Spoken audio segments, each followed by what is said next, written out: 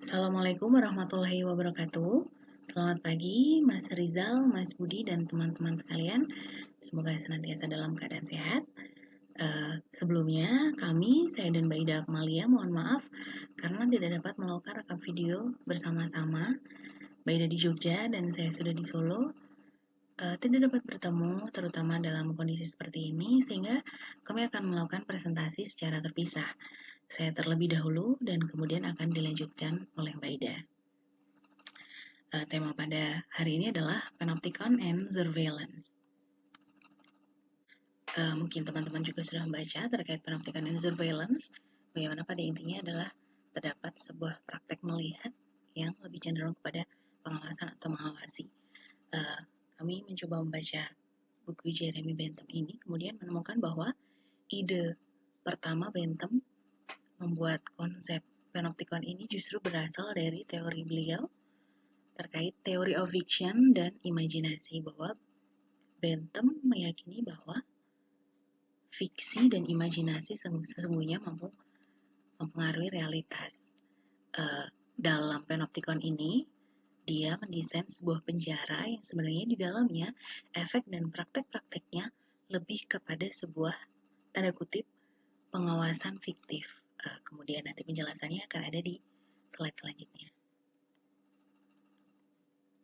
Nah, ini adalah konsep awal Panopticon. Ini desainnya bahwa Bentham menciptakan sebuah desain seperti bangunan melingkar dengan masing-masing ruangan untuk tahanan disebut sel. Kemudian di tengah itu adalah ruang untuk penjaga tahanan disebut lodge, the lodge. Bentham mendesain sedemikian rupa sehingga pencahayaan, tata ruang, jendela, pintu ini memungkinkan untuk penjaga bisa mengawasi seluruh tahanan, tetapi tahanan tidak bisa melihat posisi bahkan sosok penjaga tahanan. Nah, ini yang dimaksudkan bahwa Bentham menciptakan sebuah pengawasan fiksi. Seakan-akan penjaga tahanan selalu mengawasi para tahanan, dan para tahanan kemudian seakan-akan selalu diawasi oleh penjaga tahanan. Tapi memang ketidakhadiran atau kehadiran penjaga tahanan itu tidak dapat dilihat oleh para tahanan karena tidak memungkinkan berdasarkan dari desain bangunan Bentham tersebut. Makanya di sini disebutkan bahwa di sini adalah omnipresence. Saya mencoba mencari arti dari omnipresence ini lebih kepada sebuah kemahadiran. Kemahadiran mungkin saya artikan bahwa seakan-akan selalu hadir, seakan-akan selalu ada. Seperti itu, sehingga para tahanan juga merasa seakan-akan selalu diawasi. Padahal, nah ini mungkin terkait dengan penjelasan slide sebelum ini, yaitu fiction in Panopticon, bahwa hal ini adalah pengawasan fiktif. Bentham mempercayai bahwa fiksi dan imajinasi itu dapat mempengaruhi realitas. Dalam buku ini dicontohkan bahwa hal yang paling simpel bagaimana fiksi dan imajinasi sangat mempengaruhi realitas adalah bagaimana kita dapat ketakutan ketika membayangkan sebuah hantu, dan kita bisa merasakan ketakutan atau gelisah atau cemas. Nah, hal-hal seperti ini ternyata mendasari bagaimana Bentham mendesain bangunan ini berdasarkan dia mempercayai bahwa perasaan fiktif tersebut benar-benar mampu mempengaruhi realitas sebenarnya. Nah, ini kemudian dalam buku ini dijabarkan melalui 3 structure. Sebenarnya sudah dijelaskan sebelumnya. Pada intinya adalah internal structure itu lebih kepada bangunan penjara yang melingkar dengan kamar-kamar tahanan di tiap-tiap bangunan. Kemudian stage effect di sini lebih kepada efek yang kemudian timbul dari internal structure tersebut. Internal structure yang menyebabkan tahanan tidak mampu melihat penjaga dan penjaga yang mampu selalu mengawasi setiap tahanan. Dan ini terakhir adalah eviction. Ternyata eviction ini termasuk salah satu aspek yang penting dalam Bentham's Panopticon. Jadi memang tidak semata-mata adalah sebuah pengawasan, tidak semata-mata bahwa muncul sebagai kekuasaan, tetapi memang Bentham memasukkan aspek fiction atau fiksi atau imajinasi ke dalam desainnya. Nah, ini terkait dengan omnipresence, kemahahadiran, selalu ada, selalu hadir. Bentham sebagaimana sedemikian rupa mengkonstruksi sehingga penjaga tahanan atau the inspector dalam desain ini seakan-akan memiliki atribut-atribut yang dimiliki oleh Tuhan.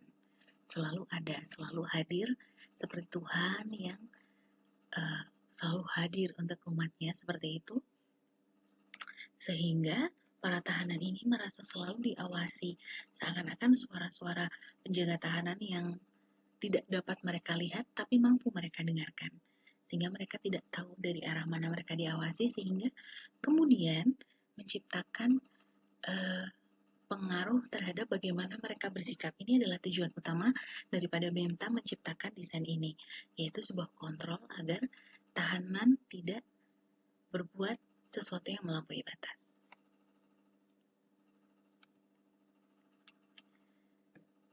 Ini desain Bentham memang berhenti hanya pada desain. Bentham belum sempat untuk melanjutkannya kepada sebuah pembangunan yang real, tetapi ide dari Bentham ini, konsep ini kemudian dilanjutkan oleh Michael Foucault. Dan ini adalah salah satu cuplikan dari pendapat Foucault tentang konsep panoptikon dari Bentham. Menurut Foucault, konsep panoptikon dari Bentham ini adalah sebuah konsep yang sempurna untuk melakukan sebuah aktivitas pendisiplinan.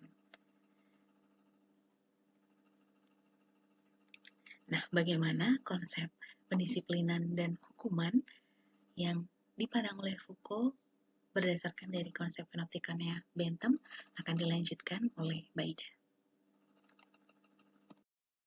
Baik, selamat pagi teman-teman, selamat pagi Mas Budi, selamat pagi Mas Rizal. Nama saya Ida Akmalia. Saya akan melanjutkan presentasi yang sudah dilakukan oleh Mbak Nurike. Nah, di sini saya akan menyampaikan panoptikon dari pandangan Foucault. Menurut Foucault, panoptikon tidak hanya sekedar sebuah bangunan atau desain arsitektur, tetapi lebih jauh dimaknai sebagai model pengawasan dan pendisiplinan. Hal ini dituangkan dalam bukunya yang berjudul Discipline and Punish, di mana pengawasan membentuk adanya kedisiplinan. Nah, kemudian pandangan Foucault ini juga dilatar belakangi oleh keresahannya pada penghukuman zaman modern, penghukuman barat pada zaman modern, di mana pada saat itu tahanan atau narapidana yang bersalah disiksa dengan penyiksaan yang keras dan kemudian dipertontonkan atau disiksa di depan umum, seperti itu. Nah, kemudian Foucault menganggap hal itu merupakan hal yang radikal, seperti itu. Nah, kemudian selanjutnya bahwasanya menurut Foucault dalam panoptikon ada sebuah struktur hierarki di mana ada pihak yang mengawasi dan juga ada pihak yang diawasi. Pihak yang diawasi tidak memiliki kekuasaan terhadap pihak yang mengawasi. Dalam hal ini, pihak yang diawasi tidak bisa melawan dengan yang pihak yang mengawasi, seperti itu. Nah, kemudian selanjutnya pemikiran Foucault tentang surveillance. Nah, di sini menurut Foucault bahwasanya panoptikon itu merupakan sebuah bentuk pendisiplinan atau bentuk penghukuman yang dalam tanda kutip lembut, seperti itu. Nah, berkaitan dengan keresahannya pada zaman modern di akhir abad 18 lalu, bahwasanya panoptikon dirasa lebih lembut dalam hal lebih tidak radikal, seperti itu. Nah, di sini Foucault juga mengatakan bahwasanya panoptikon itu merupakan sebuah bentuk pendisiplinan yang lembut, tetapi memiliki dampak yang signifikan atau dampak yang besar, seperti itu. Karena adanya pengawasan di mana tahanan itu diawasi dalam penjara, yang hal ini berkaitan dengan pemikiran Bentham, di mana tahanan yang diawasi dalam penjara, mereka diawasi, kemudian mereka juga membentuk sikap pada diri mereka menjadi lebih baik seperti itu, tanpa adanya kekerasan seperti itu. Nah, kemudian buku juga mengatakan bahwasanya panoptikon itu tidak hanya berada di lingkungan penjara saja, tetapi juga bisa ditemukan di berbagai lembaga yang memiliki struktur hierarki atau pada hal-hal yang membutuhkan kontrol seperti itu. Nah, kemudian hal ini berkaitan dengan selanjutnya, yaitu tubuh yang patuh. Nah, di sini Foucault berpendapat bahwasanya tubuh yang patuh itu akan melakukan apa yang diperintahkan. Seperti itu. Nah, bagaimana sebenarnya tubuh itu bisa diperintah? Nah, di sini Foucault mengatakan bahwasanya tubuh yang diperintah itu dihasilkan dengan adanya pengawasan yang membentuk pendisiplinan itu. Nah, di sini ada proses pengamatan, ada observasi, kemudian ada bentuk pelatihan akan tindakan yang diulang-ulang, yang pada akhirnya membentuk sebuah kepatuhan yang permanen seperti itu. Nah, berkaitan dengan ini, ada 4 poin yang dijelaskan oleh Foucault tentang docile bodies. Nah, yang pertama yaitu tubuh itu dianggap sebagai sebuah target kekuasaan seperti itu. Nah, di mana sebenarnya tubuh ini memiliki kekuasaan sendiri, namun hal itu ditentukan oleh siapa yang menguasai seperti itu. Nah, kemudian yang kedua, bahwasanya tubuh itu akan patuh dan merespon apa yang dia terima. Jadi apa yang berkaitan dengan pendisiplinan, yang kemudian tindakan yang diberikan kemudian secara berulang-ulang, kemudian membentuk disiplin, hal itu akan direspon demikian. Jadi mereka akan melakukan sesuai dengan apa yang tubuh akan melakukan sesuai dengan apa yang diterima seperti itu. Nah, kemudian yang ketiga, bahwasanya tubuh itu dimanipulasi, dilatih, dan juga dibentuk.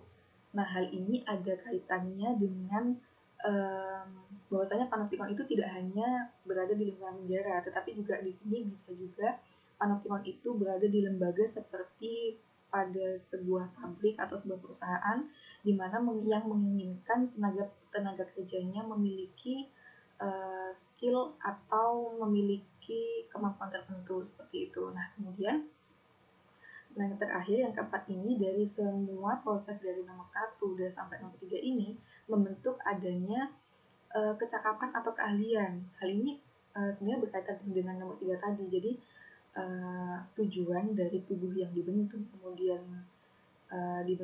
dilatih, itu untuk tujuan tertentu, yaitu untuk seorang menjadi lebih ahli atau mereka mempunyai keterampilan khusus seperti itu. Nah, kemudian seiring dengan berkembangnya peradaban, ternyata panoptikon itu masih banyak digunakan oleh negara-negara di berbagai belahan dunia. Namun pertanyaannya di sini adalah apakah konsep panoptikon yang dipakai ini masih sama dengan panoptikon yang diniatkan pertama kali oleh Bentham. Nah, hal ini bisa dilihat dari praktek-praktek panoptikon di beberapa wilayah maupun di kehidupan kita sehari-hari, yang selanjutnya akan dijelaskan kembali oleh Mbak Mika. Gitu. Iya, tadi penjelasan dari Mbak Ida terkait bagaimana kemudian konsep panoptikan menciptakan unequal gaze, dan unequal gaze tersebut kemudian menciptakan kekuasaan, dan kekuasaan kemudian menciptakan docile bodies. Kemudian topik selanjutnya adalah bagaimana konsep panoptikan ini kemudian dibawa ke dalam era digital. Berikut akan kami sertakan contoh-contoh yang kemudian sebenarnya ketika ditarik sebuah benang merah untuk kesimpulan, yaitu konsep yang cenderung dipakai dalam panoptikon era digital ini justru sebenarnya berbanding terbalik dengan konsep panoptikan dari Bentham. Dari konsep Bentham bahwa ada perasaan selalu diawasi, padahal sesungguhnya mungkin sedang tidak diawasi atau pengawasan fiktif. Sedangkan dalam panoptikon era digital ini seringkali justru kita tidak tahu bahwa kita sedang diawasi. Namun ternyata ada praktek-praktek mengawasi dari pihak tertentu. Dalam hal ini bisa jadi negara atau perusahaan digital.